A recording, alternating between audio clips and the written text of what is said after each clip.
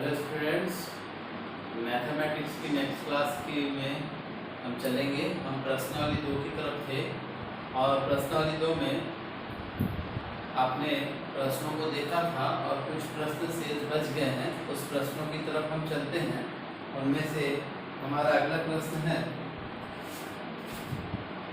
यदि किसी समांतर श्रेणी के पीवे और क्यूवे पदों का माध्य आरवे और एसवे पदों के माध्य के बराबर है तो सिद्ध कीजिए P plus Q is equal to R plus S.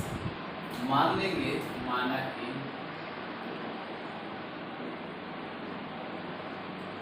श्रेणी का प्रथम पद ए तथा सार्वंतर डी है तो हमारा फार्मूला है A plus N minus one into D. आप देखेंगे बोला पीवे और क्यूवे पी क्यू आर एस वे पद को निकाल लेंगे, अर्थात A P is equal to A plus T minus one into D. क्यूवा पर मतलब A Q A plus Q minus one into D. आरवा पर A R A plus R minus one into D. एसवा पर A S is equal to A plus S minus one into D.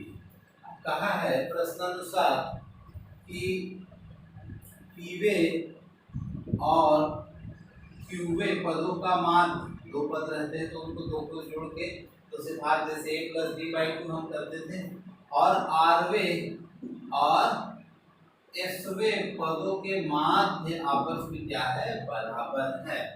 A P Q R S सबका मान है, हम रखेंगे दो से हम कैंसिल करेंगे और सभी का मान रखेंगे।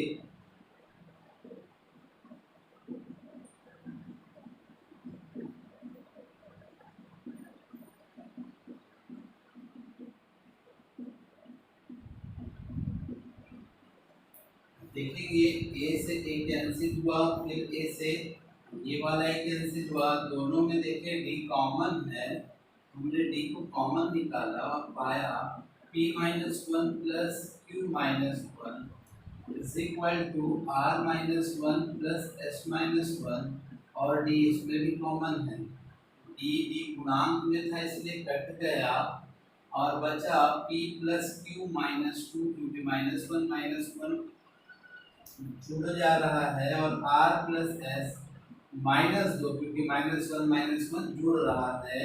तो आप देखेंगे माइनस दो से माइनस दो कैंसिल हो गया, इसलिए p plus Q is equal to R plus S है। ये हमने सिद्ध कर लिया, आप देख सकते हैं इस प्रश्न को।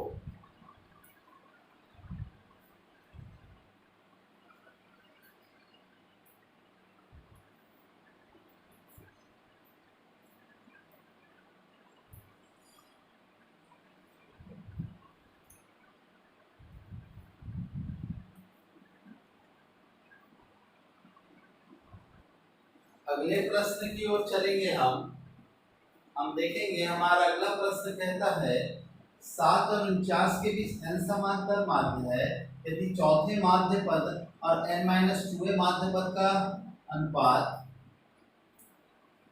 5:4 हो तो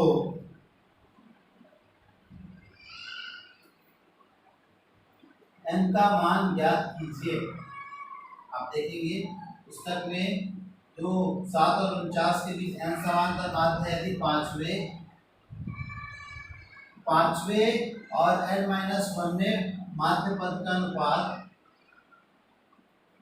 5:4 हो तो n का मान ज्ञात कीजिए। तो मैं एग्जाम्पल का बता रहा हूँ, उसके आधार पर आप प्रश्नावली का बनाएंगे। तो 7 और 49 के मध्य में n समांतर माध्य है, a1 a2 a3 dash dash dash dash an। तो प्रथम पद a इज इक्वल टू 7, अंतिम पद an is equal to l is equal to 49, कुल पद n इज इक्वल टू, ये यहाँ से यहाँ तक n है और ये दो पद हैं, हो जाएगा n प्लस 2। तो हम फॉर्मूला लगाएंगे और देखेंगे। सबसे पहले हमें डी का मान निकालना है, तो डी का मान हम कैसे निकालेंगे? A N is equal to A plus N minus one into B में मान रखेंगे और एन का मान है, एन का मान 49, ए का मान है 7, एन का मान है n plus two minus one और इंटू डी। ये 49 की तरफ 7 आएगा तो बचेगा 42 घंटे के बाद, और ये हो जाएगा n plus one into D, तो 42 बटे n plus one is equal to D. ये हमारा डी का मान आ गया है। अब बोला है चौथा माध्य पद अर्थात A4 का मान उसके n माइनस 2 माध्य पद के अनुपात के अर्थात a माइनस n माइनस 2 का 5:4 है, अर्थात A4 upon an minus 2 is equal to 5/4। जैसे यहाँ 4 रहता है तो ये d के साथ गुणा कर देते हैं हम, जैसे a प्लस 4d हो गया। इससे क्या हुआ, चौथा माध्य पद कहा था तो जो भी माध्य पद होता है वो d के साथ गुना हो जाता है। तो यहाँ n माइनस वन है तो d के साथ n माइनस टू है तो n माइनस टू का गुना होगा बटे 5/4। अब a और b के मान को हम यथास्थान रख देंगे। a का मान था 7 प्लस 4 इंटू डी का वैल्यू है क्या 42 upon n plus one upon a plus n minus two into 42 upon n plus one is equal to 5/4। Cross multiplication करेंगे तो 7 एकम 7n plus 7 is equal to 4 दूनी 8 4 चौके 16 और एलसीएम n प्लस वन आया है, याद रखिएगा। इसका भी गुना करेंगे, इसका 7 रखेंगे, 7n प्लस 7 प्लस 42 का गुना करेंगे 42 माइनस 42 दूनी 84। दोनों के लसा n प्लस वन होने के कारण क्या हो जाते हैं, कट जाते हैं, बराबर 5/4 बचा। हम यहाँ पर जोड़ घटा लेंगे 7n प्लस इसको हमने जोड़ा तो कहा 175 बटे इसको हमने जब जोड़ा तो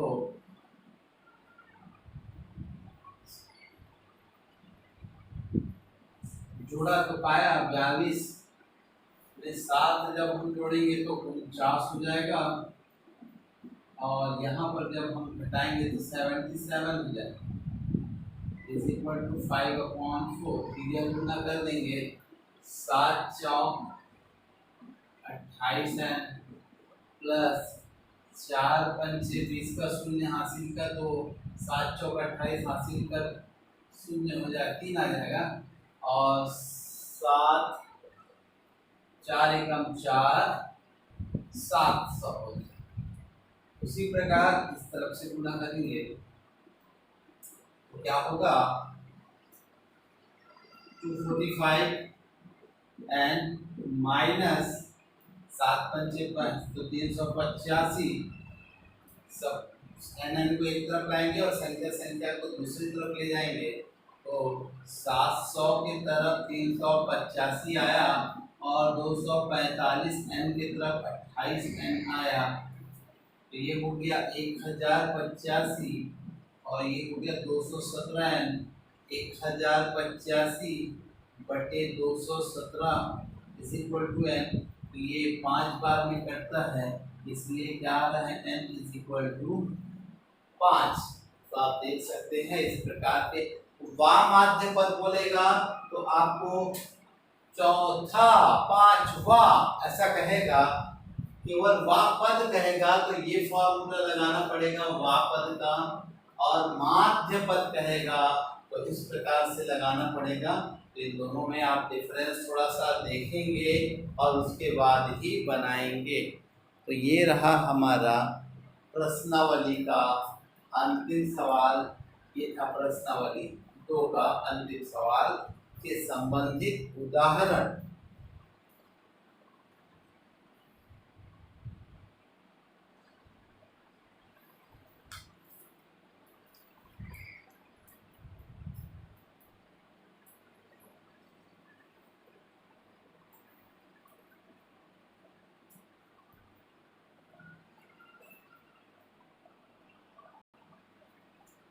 हम अगला प्रश्नावली की तरफ चलने से पहले थोड़ा सा इंट्रोडक्शन की तरफ चलेंगे। तो ये होता है n पदों का योगफल, ऐसे कहते हैं sum of n numbers. Formula होता है n/2 2a plus n minus 1 into b। फिर इसके अलावा और एक सूत्र होता है S is equal to n/2 a plus l। a प्रथम पद होता है और l होता है श्रेणी का अंतिम पद। इससे संबंधित हम कुछ सवाल देखेंगे। जैसे एक सवाल है 9, 12, 15 के 16 पदों का योगफल ज्ञात कीजिए। सबसे पहला काम मैंने प्रश्नावली में भी आपको बताया था कि आपको प्रथम पद और सार्वंतर पता होना चाहिए। हम क्या करेंगे, a बराबर 9, d बराबर 12 ऋण 9 बराबर क्या हो जाएगा 3 और पदों की संख्या 16 लगा। हम फॉर्मूला लिखेंगे Sn is equal to n/2 2a plus n minus 1 into b। S 16/2 2 into 9 plus 16 minus 1 into b is equal to 3 है। तो 2 8 16 हो जाएगा और 2 निया 18। ये हो जाएगा 15 गुना 3 8 18 और ये हो गया 15 दिया 45। तो 8 इसको जोड़ेंगे 8 5 13 का 3 हासिल का आया 1 4 और 1 5 और 1 6। अब 6 का 63 का 6 8 से गुना करेंगे 6 दिया 18 का 8 हासिल का आया 1 8 छक्के 48 48 और 1 49। अतः श्रेणी के 16 पदों का योगफल 498 है। योगफल में श्रेणी के पूरे मान को जितने पदों तक कहता है उसे जोड़कर दे देता है। इस बात को आप याद रखें और इस सवाल को देख लें।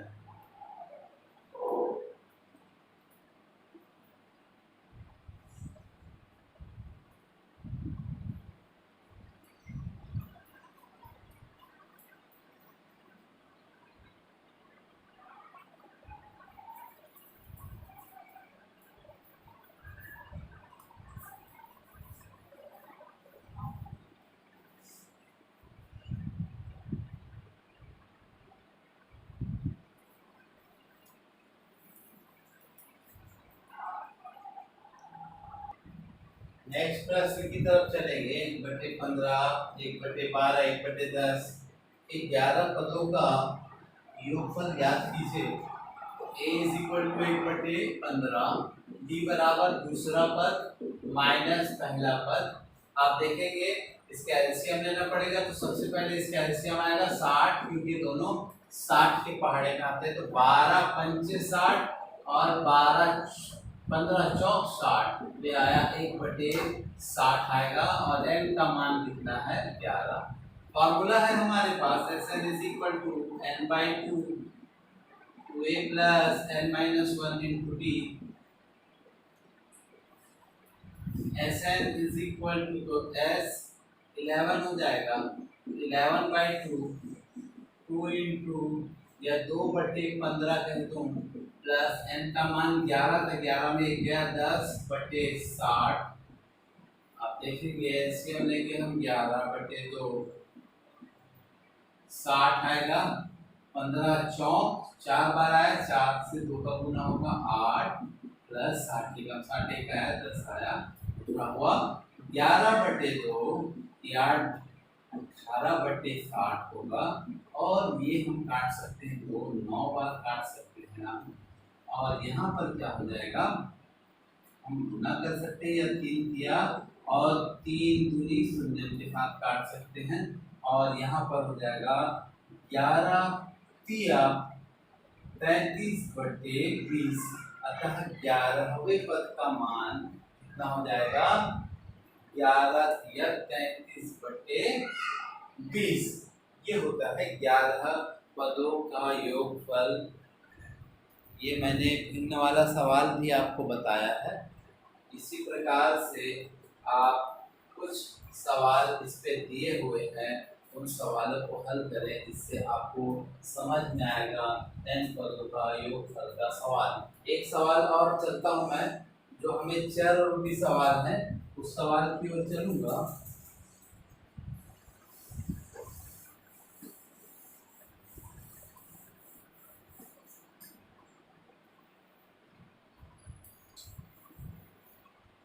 सवाल है n square plus 1 upon n